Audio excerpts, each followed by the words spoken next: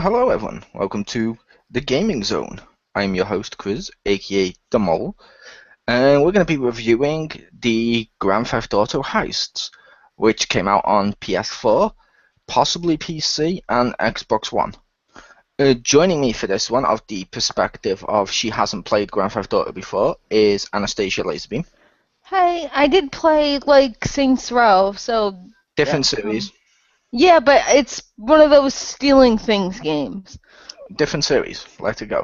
But yeah, and basically, and I'm of the perspective of I've played GTA 5 online, I've experienced some stuff to do with heist, but not much, which means the guy who's going to be doing most of the talking will be James Phoenix, who's played all the heists, or at least most. Hello, everybody. No, I played all the heists. Nice. I wasn't sure because I know you were up to near the end when I was there. We were. Jeff and I managed to finish it. We didn't get nearly as much money as we wanted for the last heist, but we got through it. Nice. That last heist is a dick. Oh my god, but we'll get there. We'll get there. So let's start with the gameplay of the heists then. Gameplay. Sorry, I missed that.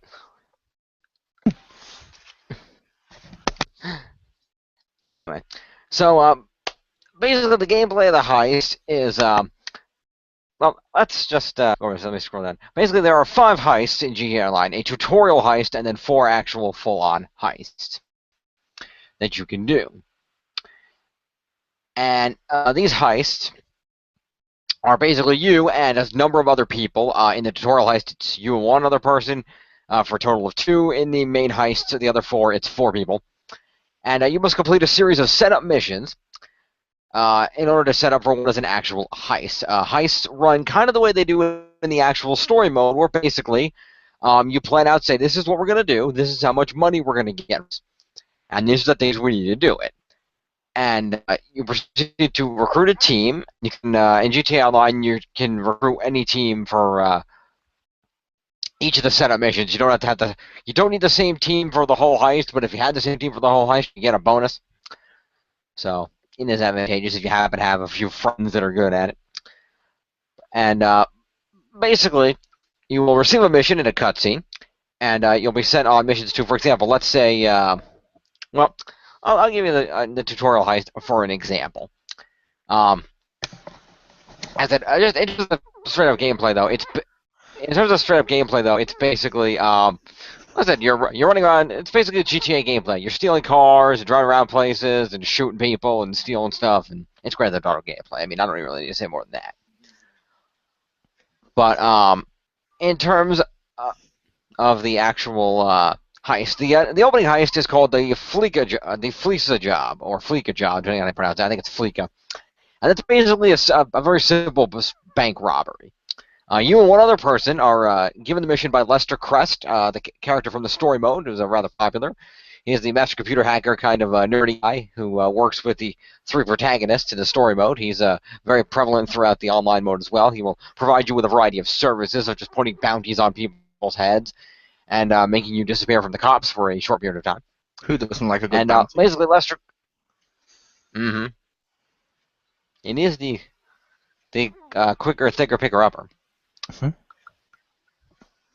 Nice. So, thank you. That's what we're reduced to making paper towel jokes. That's the quality of the show we're going to have for tonight, folks. Well, to be fair, that's the quality of the thing we're reviewing. Ouch. Burn. But anyway, so yes, effectively what we have here is for the Fleeca job, you will get one other person, and Lester will basically show up at your apartment. To run heist in GTA Online, you'll need a heist leader who will actually set up the heist and will be in control of what's going on, and then, of course, crew members that will join to complete the jobs. The heist leader must be somebody who has a big enough apartment to have a heist room to be able to set up, which is pretty much any apartment that has a 10-car garage. Yep. And which is most of the good apartments, so not that hard. I think it's pretty much any apartment that costs $200,000 or more. So once you reach the level 15 where heists unlock, Lester Crest will call you on the phone and say, I got some work for you here. I have some guys doing some renovations to a part of your apartment, and come and see me at the new room in your apartment. Check out the alterations, and I'll come see you, and we'll go to this job. So you do that, and Lester basically says, you're new to this, so we're gonna get you into it. We're gonna ease you into it. So we're gonna do a very simple bank robbery. This is very simple, because you're kind of new to the city, you're new to this heist thing. We're gonna get you into it. So you need one other person, and 2 setup missions, and then the heist. The first setup is a mission called Scope Out, where you have to basically take Lester to the bank and take some pictures of the bank so Lester can analyze the security of the bank and what's going on to help judge what's going to need to happen in order for you to successfully rob it and not get caught. At the same time, what's that? No one said anything? Oh, no, she said something. No one said anything. All right. That's awkward. Fair enough. I'm just going to turn this on. I'm going to turn the I have ads popping up in my ear, and I can't tell if it's them talking or you talking. Okay. I got rid of that. Anyway, so the flicker job, the first mission, you scope out the bank, and Lester takes pictures so he can analyze the security and determine what's going to have to be accomplished to get through to the bank. And he has you test out a hacking software, which one player will serve as the hacker who will hack open the vault and then go in and drill through the actual what do they call those? The boxes at the key of the bank. Safe deposit box. That you're going to be drilling into to steal something valuable. Yeah, I got it. There's a slight lag in this conversation. There is, because ironically, when I said it, we said it at the same time on my end. Irony. So I think you're lagging. But anywho, I might here. I'm going to go ahead and plug in my Ethernet cable. Live, people! Yep. But, yeah, the actual nitty-gritty of the heists is, like Jim said, each person gets their own role and stuff. Personally, I'm not a big fan of it because it seems more about the individuals a lot of times than it does the team. Unlike, say, a game like Payday, which I know Pew's played Payday, and you've seen how the heists work on that. Payday, and yeah. it seemed on that like everyone served something for the team, whereas for example, when I played GTA on the heists with like Jim, or when I played it with other people and stuff as well, I've seen people who maybe they do one objective, if that, but then they'll duck down and let someone else kill every single person and do all the actual difficult stuff, and they'll just do like walk and do that. You don't really do that on Payday, and even on Battlefield Hardline, everyone's basically. That had a very perfect Left 4 Dead kind of balanced teamwork thing, where you were gonna get fucked if one person didn't do the other thing, and you have like 4 tightly knit people who do like their specific jobs. Yeah, and everyone also tries to kill all the enemies because they have to, because of how many there is swarming you and stuff. So it's like. You can't just go, okay, I'm just going to grab this bag, place it here, and then spend the whole time ducking, or your team's probably going to fail as a result. Yeah. Well, in most of the heists, you kind of do have to operate that way to some extent or another. It's not as intense as that sounds, but for most of these heists, you do have to be able to work together, or you're going to get screwed over. Like I remember with the Fleeca job, like I said, in the first setup, you scope out the bank, get the pictures, then you also take a van full of equipment that Lester prepared and drive it to a location so you'll have it for the heist. And the second one is you have to go steal a bulletproof car for your getaway car. Called the Karuma is the name of the car. It sounds like the start of a Fast and Furious movie. Pretty much. And then when you go to do the actual heist, you drive to the bank. The person in the passenger seat hacks through the vault computer system and opens the vault from outside the bank. Then you walk inside. It's the job of the driver to shoot the cameras out and then keep the gun aimed at the people in the bank so none of them tries anything stupid like setting off the silent alarm. Meanwhile, the person who hacked the vault goes into the vault, drills through a safe deposit box, steals the item. Then the 2 players get in the car, and the driver drives them away, and they leave, and you get picked up by a helicopter, which is a big magnet that picks your car up and flies you away, and that's an AI controlling the helicopter. Yeah, if the person in front doesn't do their job, the alarm goes off, and you fail the mission. If the person in the vault doesn't do their job, obviously you're not going to succeed. So in a lot of these heists, everybody does have to do their jobs. Yeah, I mentioned I thought you did do that on GTA, but it doesn't seem as dependent as some of the other games, or as crucial, because there is big chunks on a load of them where you're just like killing enemies, or you're doing something else, and as a result, someone else is doing all the work, and everyone else is just taking the credit, and I don't like that. Like I feel like Like for example, the one we did, Jim, where you had to get into the car or into the boat and also a car. Therefore, you had someone doing all the boat driving, someone doing all the driving at the car, and the same person could also be the one everyone else makes shoot all the enemies. It didn't feel like I was needed to be there for that to happen, if that makes sense. It's like it felt more about the one than it did about the many. Which is fair enough, but unfortunately the only reason for that is because, whoever gets to the, it starts out this way and it can change, but the problem is somebody has to lead the AI character to get him to the location. So unfortunately, whoever the AI character chooses to follow is kind of the focus, and everybody's, has to make sure that the guy gets there intact. So whether you're all in one car, you don't have to be. You could take 4 cars and be running interference against the cops. You can, have 2 and 2. You can do it any number of ways. The object of the other team members is to help you, shoot the cops, take down helicopters, whatever you got to do, so that you can get away from the cops and get this guy to his location. And yeah, some people are dicks that choose to sit there and earn money for doing nothing, unfortunately. But yeah, which it's like, for example, I also did part of one of the bank one, and outside I literally saw someone crouch down while everyone else was doing all the shooting and taking out the cars and stuff. And that dude seemed to do almost nothing throughout the whole heist, and I'm like, I don't like that. To me, it's like it should be tighter. And I also saw it on your game and stuff like that as well. Of sometimes you'll get people quit, so it takes you all to one location so they can kill you and take the money. That's not good. That is not good. Yeah, unfortunately, that's the nature of GTA Online. Is people will shoot you. Oh, I have no problem with people may shoot you. But I mean, people on there can deliberately quit out the game knowing that there's a high possibility for it to take you all to one location for the sole purpose of killing you all. It's not like, oh, if I'm on the street and someone comes by, they may kill me. This is like someone's gone out their way to just take what should be about the team and use it all to kill a group of people and take their money. Sounds like exploiting. Pretty much, it's exploiting the game. Yeah. The other issue I had with it is, like Jim mentioned, one person's the group lead and you go down the list. The other people on their heist board, they don't get the credit for all the heists they've done, and that doesn't seem good. It's like they have to then go back through them. It's like, you know what I mean? It's like encouraging grinding. Actually, I found out that was incorrect.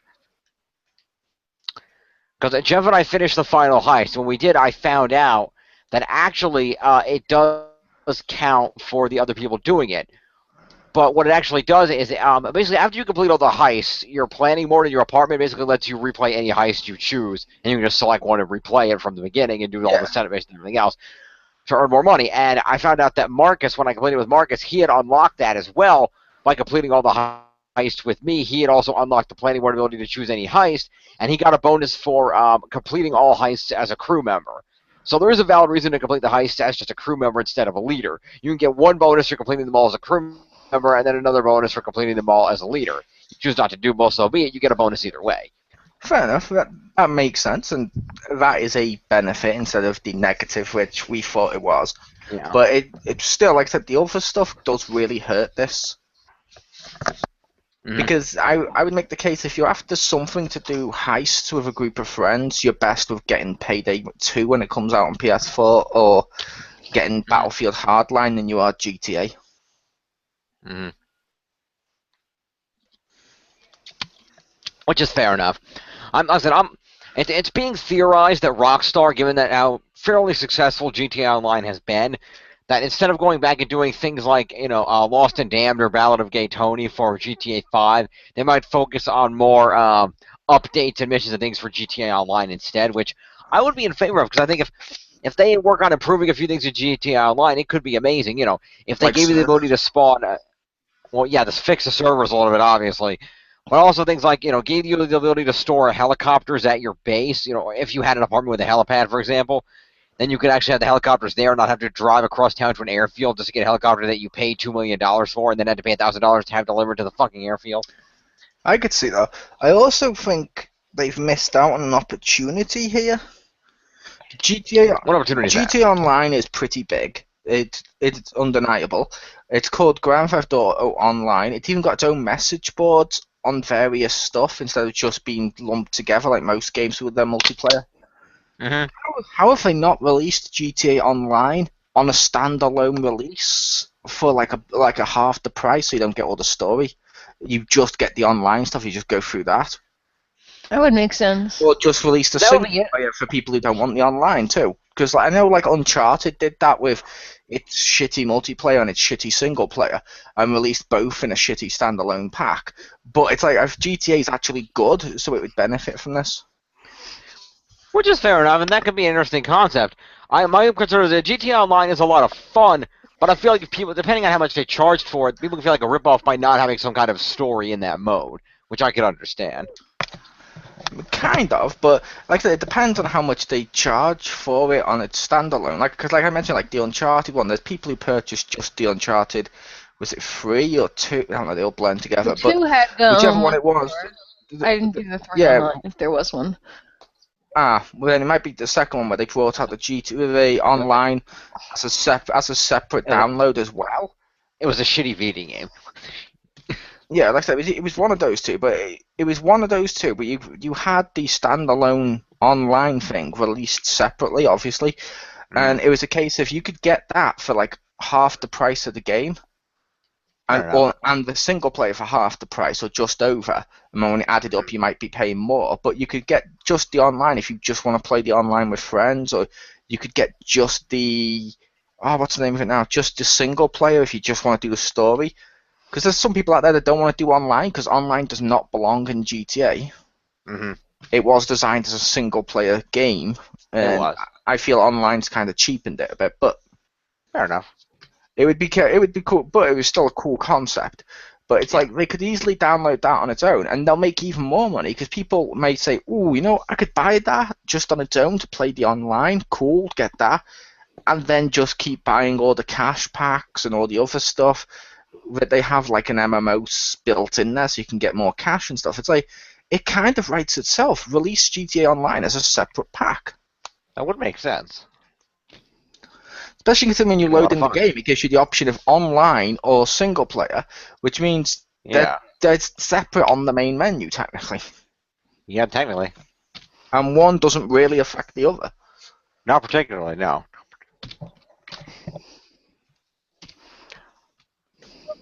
But as for the heist, can I talk about each of the heists individually a little bit? Yes, as long as you don't go through every step. Okay, no. Yeah, like I said, the Flanker job is a basic bank heist, and it gives you a feeling for it. It's pretty simple, pretty straightforward. It gives you a way to to really get used to the heist and what they do before you get thrown in over your head. Then you get thrown into the second heist, which is called Prison Break, where you're working for a guy who does not identify himself, but is very obviously a cop or agent trying to pretend to be a criminal and not doing a good job of it. The sort of kind of undercover cop. There's shit like we're going. There's one part of the Prison Break mission is exactly what it says. Basically, you're breaking a guy. There's a guy that's basically paying you to break him out of jail and get him out of the country. And there's a part where you have to go steal a plane, and so that when you break him out of jail, you can take him to this plane you stole, and he can fly the plane out of the country. And if you're the pilot and you're going to steal the plane and you're driving down, you can hear the guy over the radio like, now basically this plane is being used by the Vagos to run to run drugs and for their illegal activities. Remember, if you get to that plane, and there's any drugs on there, and if there's any drugs on that plane, they're mine. I love selling drugs because I'm a criminal. Wow. I'm going to have to say, that's cool and all, and I'm going to let you finish, but Lego City Undercover on the Wii U had the best undercover cop who totally was definitely a cop throughout the whole thing. I think Pew knows exactly what I'm talking about. Whenever the main guy changes into like his outfit, he's like, "Yeah, I'm just like one of you. Shouldn't we turn this over to the right people? Come on, let's work together. Come on, we'll make a better world." And he's trying to corrupt the criminals from within, and it's fucking hilarious. Please tell me it was Bad Cop from the movie. Nope, it was Lego City Undercover, so it's nothing to do with the movie. Chase McCain. Exactly, Chase McCain. And unlike, like how Batman has the different suits, he has different disguises for being undercover. It's pretty awesome. That game is fucking awesome. That sounds pretty awesome. I should play that sometime. But yeah, so the prison break, you have to steal a plane to get him out of there. You have to steal a prison bus that you're going to use to drive into the prison to get him out because they're going to make it look like you're going in there. You got to get the transfer schedule so you know when to drive the bus in when they're expecting a bus, and you have to kill a guy who. Basically have to kill a former partner of the guy you're breaking out so he doesn't go after the guy you're breaking out, basically. And recover a briefcase with information he needs to get out of the country. And then you actually go through the effort of bringing him out of the prison where, and then this one's a little bit difficult. Basically, two people board the prison bus, one dressed as a cop, one as a prisoner, drive in, shoot the place up and kill all the guards and get the guy out of the prison, which is a bitch. There's a lot of fucking guys in that prison.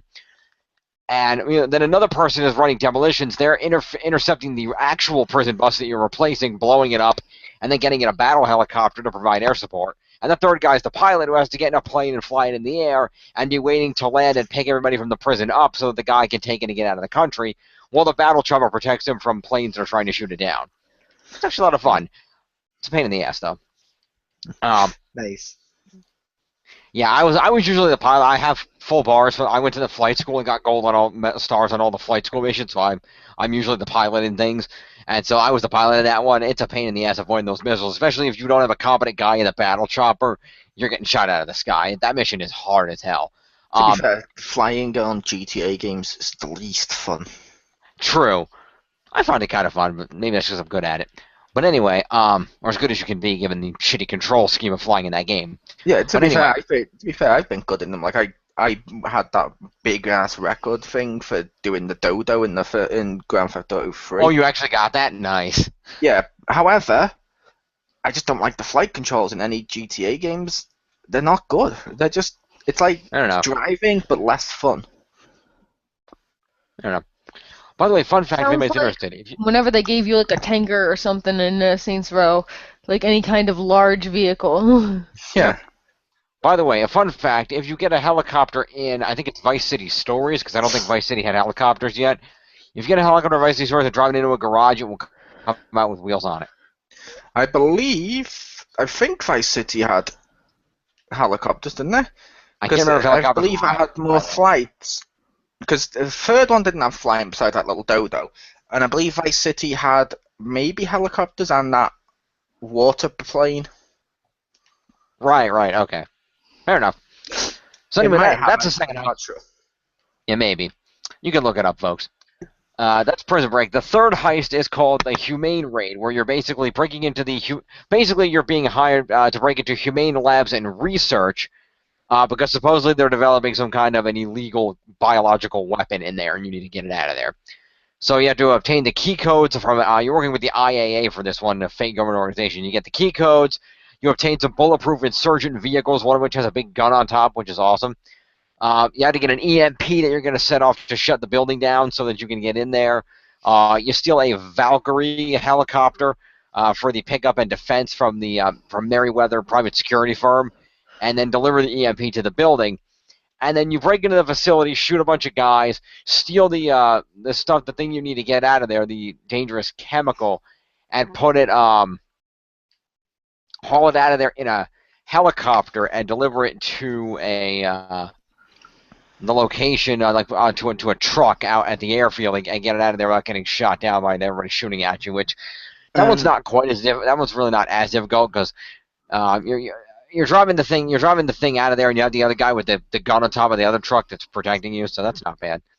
And while you're stopping this evil pharmaceutical company, does Halle Berry's Catwoman help you? She should, but she doesn't. That's right. That would be funny. That's a reference that never gets mentioned in positive-ish ways. It doesn't. But yeah, that was really not as bad. It's just a matter of maintaining stealth for as long as you can in the building, and then basically it's shoot up, get the thing out, and then get away. Which is what a lot of these are, really. But overall, that's a fairly fun heist. It's not as I don't think it's as difficult as the Prison Break before this, interestingly enough. But it is a lot of fun. Oh no, okay, no, I lied about what the chopper part was. Sorry, I got myself confused. I'm confusing this with a version of this. No, there's a version of this into story mode, and I got them mixed up in my head.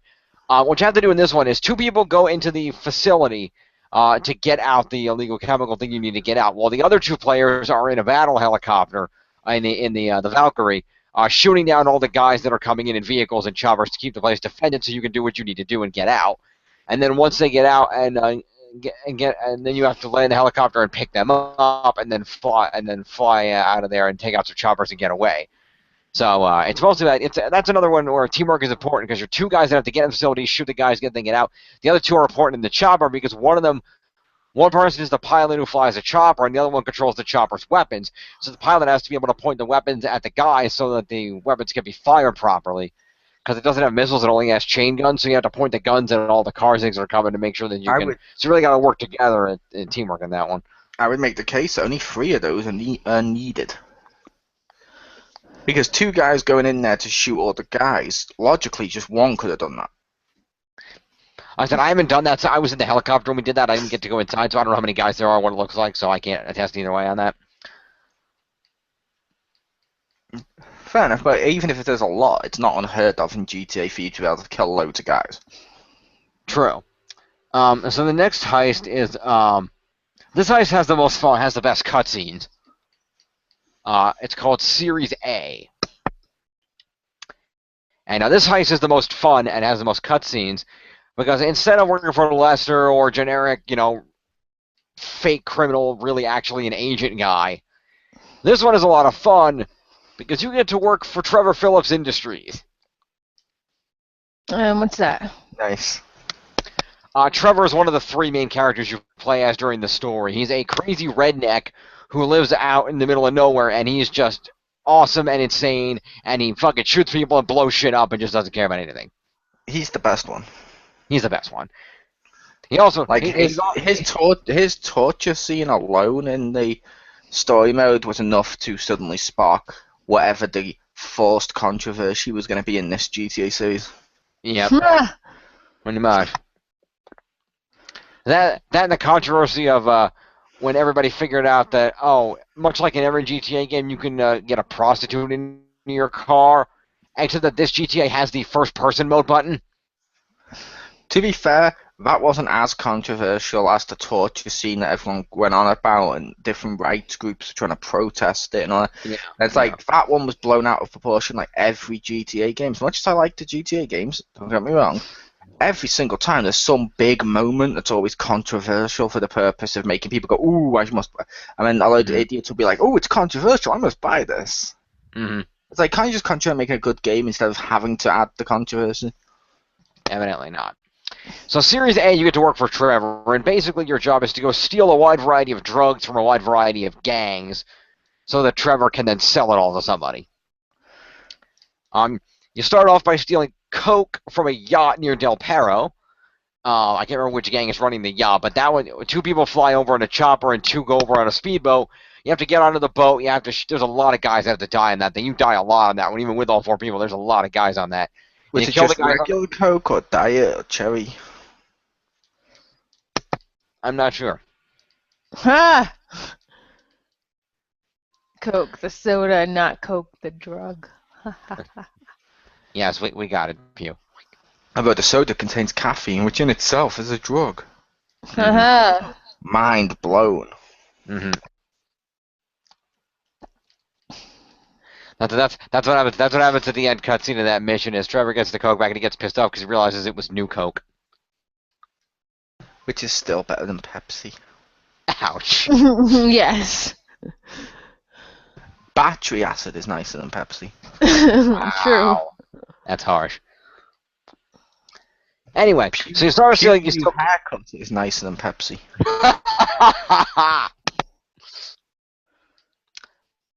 So you steal coke from this yacht by shooting a bunch of dudes, getting the coke, and then losing the cops.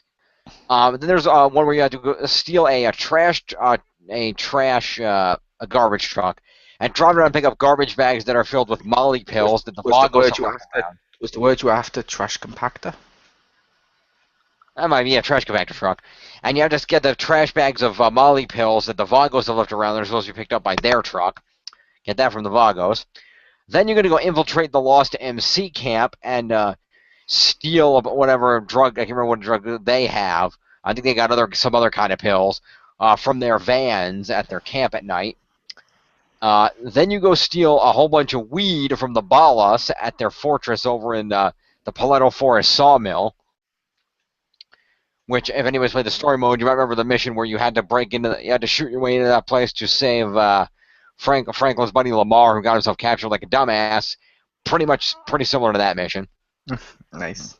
So you break in and steal weed, and then finally you have to go steal the meth from the O'Neill brothers' farm, because apparently continuity doesn't matter, despite the fact that in the story mode, Trevor murdered all 18 of the O'Neill brothers. Maybe this is before the story.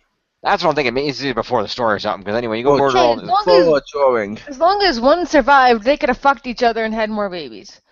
Yeah, all the O'Neill brothers. You had to go steal the meth from the O'Neill brothers' meth farm. And then once you got all the drugs. If only one survived, how could they go fuck themselves if it's just one? Oh, but just one, and he could just one dude. He could go find some bitch and fuck her, and then make some more O'Neills. Yeah, maybe he finds April. Ha! Yeah. Let's see what you did there. He did, because that's what the mum fit is. Oh wait, no, that's a different pun. You're so witty.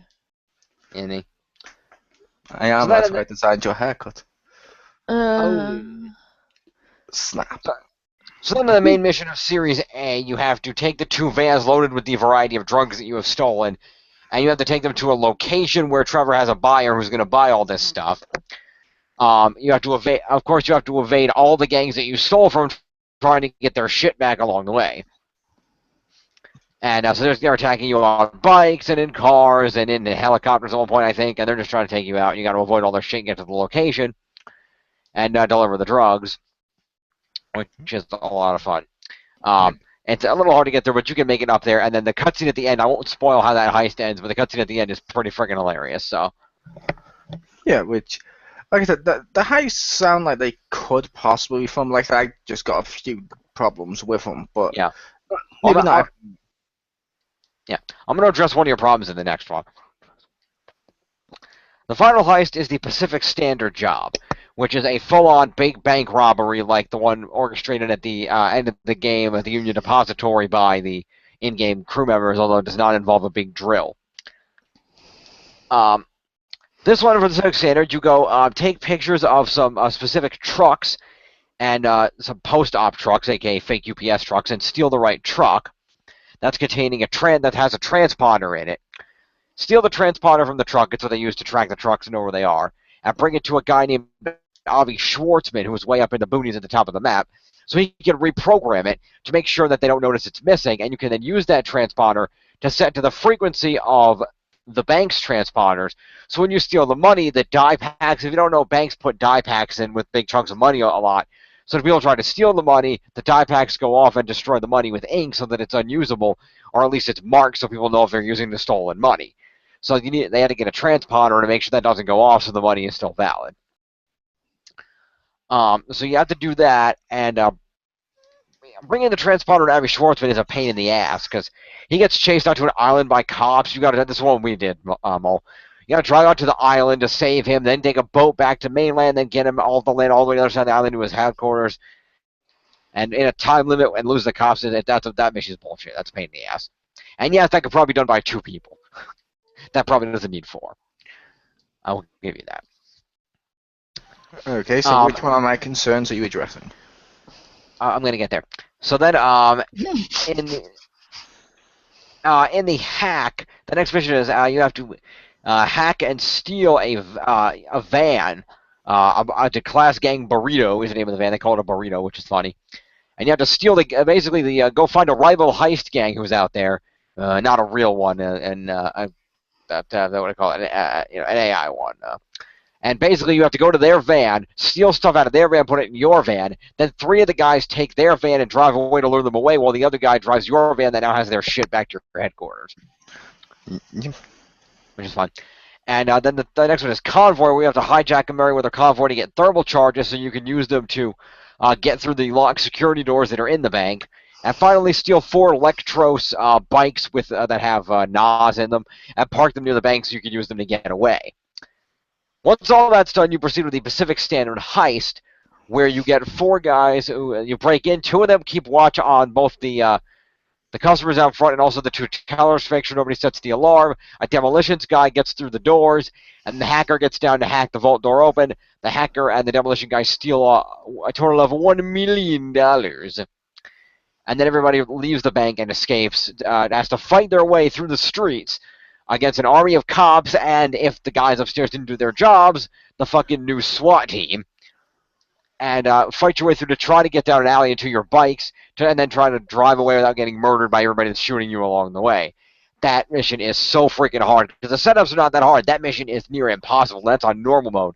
But the thing I was going to address, Paul, is you mentioned you did that mission where you were shooting your way out of the bank after stealing the money. I did part of it, yeah. Yeah. Well, you said that when you got outside, there was guys that were hiding and not doing anything? Yep. Yeah. There's a reason for that. Because those guys are probably either the hacker or the demolition. Because the thing is, for this mission, the hacker and the demolition have to stay hidden and not do much, because hacker and the demolition have the money, and if they get hit, every time they get hit, you lose money. No, it seemed that when I was doing it, because I was doing it on someone else's account, as I was doing it, because he said, you try a bit of this bit, and I was playing it, basically, I was the only one shooting at anyone outside, and everyone else was crouched down. Okay, then yeah, there's one other guy who was being a dick then, because 2 of them should have been hidden with the money so that you don't lose money, because every time they get hit, you lose money. You won't end up with... You start off with $1 million, you don't end with less than $550,000, it won't go below that. Which is what I think we ended up with when Marcus and I did it, maybe a little above that. But every time the people with the money get hit, you lose money from your total. So it's all the walkthroughs that you do recommend. If you're going to run that mission, you need the 2 guys that are going to fight off the cops, and if necessary, news have to be armed to the teeth. Chain guns, rocket launchers, anything you can get a hold of, they got to have it. And the other 2 have to stay hidden as much as possible so they don't get hit, so that you get as much money as possible at the end. So yes, the other dick should have been out there shooting people with you instead of being a fucktard. But for 2 of the guys had an excuse. Okay, then. So I just wanted to address that. If the one guy's being a fucktard, that's fine. But I was going to say, if it was one of the other guys, and it's because that those 2 guys can't do that much shooting because if they get hit, they lose money. So got to be careful with that. But yeah, that particular mission is very, very difficult. Especially if Noose gets triggered. If Noose gets triggered, it's near impossible. And if you get through it without Noose getting triggered, which is one of the elite requirements. What's Noose getting triggered? What is that? Like a police people? Noose is an acronym. It's basically a heavily armed SWAT team. Okay. I think it's Noose in place of SWAT. They call it Noose in the game. I'm not sure what that acronym stands for. But basically, they show up in heavily armored trucks with body armor and powerful rifles that'll kill you in one shot. So yeah, if Noose shows up, it becomes that much more difficult because there's a lot more guys that show up. They come in choppers and shit. Basically, it's GTA 5, as far as I can tell, doesn't really have the military come after you like old GTA games. This one has Noose come after you, basically. So it's basically having the most heavily armed, well-vehicled guys in the game trying to stop you, which makes it's possible to succeed with them on you, but it's not easy at all. We were not able. Marcus and I ran that mission. I can't count how many times, and we were not able to complete it with the Noose guys attacking us. Yeah, fair enough. Sounds like the hazmat people in Payday. So, what would you say overall, Jim, for like a final verdict and a rating or whatever? Well, overall for the heist, based on the playing, I'd say they're worth playing. If you can get a good team, that's going to be your key. Because as Rockstar themselves state in the instructions for these sort of things, if you really want to do well in this and succeed, you need to have a team that you know. Or at the very least, you need to have a team that's all on headsets so you can communicate what you're doing. Because if you can't communicate, you will lose a lot. Because people won't know what other people are doing, you won't be able to time things properly, it'll be a pain in the ass. If at least 2 to 3 people on the team can communicate, you have a shot. If everybody on the team can communicate, even better. But you need to be in communication for the most part. There are some of the missions you can get through without communicating that are pretty straightforward. But some of the ones, it's essential that you be in contact with each other to know what everybody's doing. So if you can do that, you should do it. Plus, if you get a bonus for that, because there are several bonuses that the heist will earn you if you complete them. In addition to the, of course, payouts you get from the heist for completing the heist, You get additional bonuses if you complete all the elite objectives, which you can find online. Usually it involves don't get news called on you, do it in a time limit, whatever it might be. You can get bonus money that way. You will also get bonuses for the first time you do all the heists. You'll get an extra $100,000, $200,000 for each heist for a bonus there. And then you can also get bonuses. If you go through all the heists as a crew member, you will get a few $100,000 bonus. If you complete all the heists in order as a leader, you will get a $1 million bonus. And the biggest one of all, which we weren't able to do this because unfortunately Marcus and I were really the only two. We got the passing through reviewer occasionally, but we didn't really have people. But if you can get 4 people who are good, and you can do all the heists together in order, and nobody dies in any of the heists, then you will each unlock a bonus of $10 million. This is a lot of ifs. Yeah, I was like, this sounds very unlikely. This sounds almost like a pyramid scheme to me. Well, Marcus and I got through all the heists in order. He got a bonus for being a crew member. I got the bonus for the $1 million bonus for doing all the heists in order. Marcus had done some other missions out of order, so he didn't get that, but he did get the bonus for being a crew member in all heists. He got that bonus.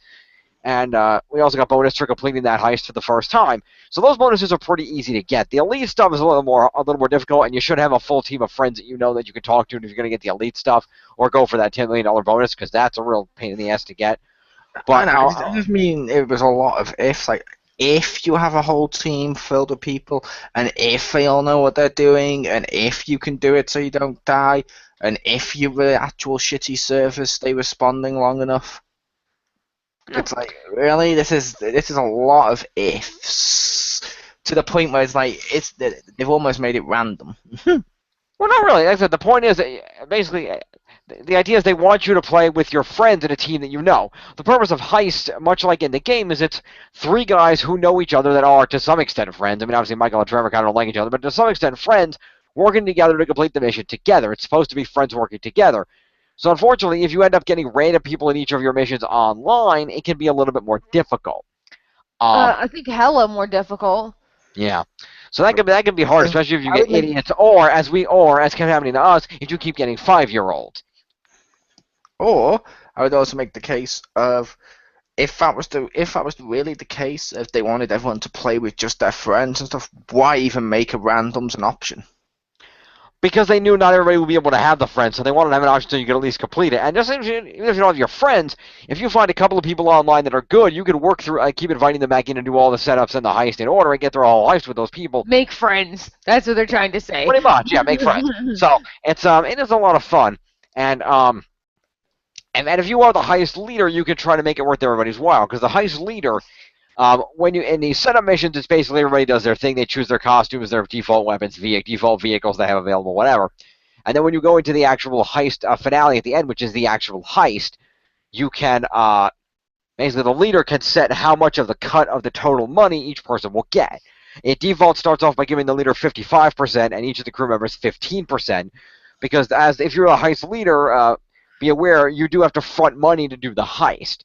Depending on the heist, it could be anywhere from about $20,000 up to the final job there. The Pacific Standard requires a $100,000 deposit to do that mission. So the heist leader has to put that big deposit down, and the heist leader does not get paid for any of the setup missions, whereas all the crew members do. But to compensate for that, the heist leader gets the biggest cut of the actual heist payoff at the end. So that's the good thing. That's the positive for the heist leader at the end. So just be aware of that if you're going to run these as heist leader, if you are over 17 and have the appropriate apartment, obviously, which is not hard to do in this game. But overall, it's a lot of fun. If you have a few friends you want to play with, or if you just like, if you want the GTA Online to not just be random jobs and have the closest thing to a story that it has, working through the heists is a lot of fun. You get a couple of good friends, and you can unlock a lot of money that way. You also unlock a lot of unique vehicles by playing through the heists. Each heist has special vehicles that you often have to retrieve to do these missions, and once you complete those specific missions, you will unlock those vehicles for purchase on the in-game internet, where you can buy them and have them delivered to you. Certain things like for example, you can unlock the Vellum plane, the Valkyrie helicopter, the Insurgent vehicles, the regular one and the one with the gun on top, the bulletproof armored Kuruma, the Vapid Guardian pickup truck that I bought, some bikes, and a few other unique cars that you can't get outside of those. They added those as part of the DLC pack, or the DLC when they added this, so that you had a few unique things that you would get out of this as well. So a few trucks, a pickup truck with a machine gun on the bed, the Savage helicopter, the Electro motorcycle that has they call it a Cares boost. It's basically NOS. So I think it's the only motorcycle in the game with NOS. So you can unlock a lot of fun stuff by doing this, as well. Denied. Yep, denied. Live. But yeah, so it sounds like he thinks of it in a positive light. Like I said, personally, I didn't like them. I wasn't overly fond of how they almost encouraged. It sounds like it favors people who already like mastered the game, and now they can like dick around people who aren't nearly as leveled up as them.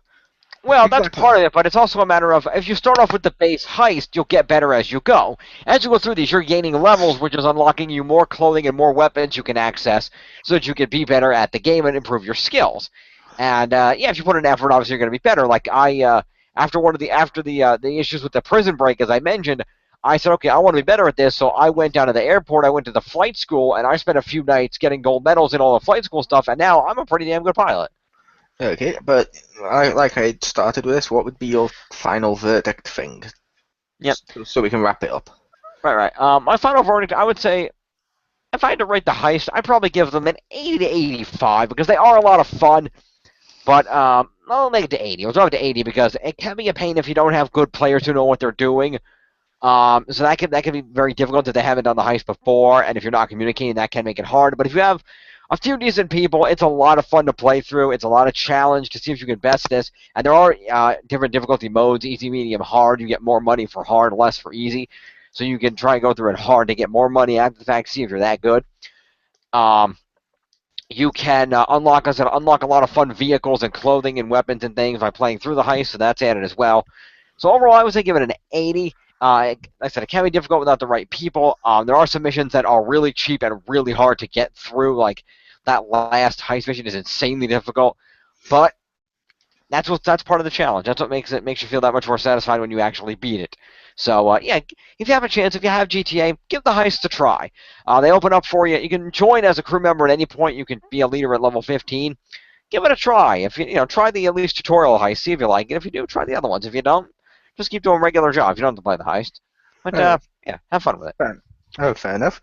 And as I was saying when his phone rang before, personally, I think they're not good. They're structured horribly. They seem to reward people who want to be a dick and exploit stuff like, oh, we're just going to back out and shoot you all and take your money. So it's like, well, that's great. And I would make the case of, normally I give it like a free system rating. I'm just going to give this an avoid. I'm going to give GTA 5 the heists just an avoid. Even if you have the game, it's not even worth it. I found more fun doing stuff like robbing stores or doing the jobs than I did doing heists. But that might just be me. I gave Saints Row a bye. Yeah. But thank you for joining us, Pew, as the person in the description was unable to make it. But I was your host, Chriz, aka the Mole. Thank you, James. You're welcome. And thank you, Pew, for replacing the other person. Oh, no problem. And I will say, if anyone's actually listened to this near the end, stay tuned this month. There's some more things coming to the gaming zone, like Mortal Kombat X, possibly a Battlefield Hardline review. So stay tuned and enjoy. Peace. And don't forget to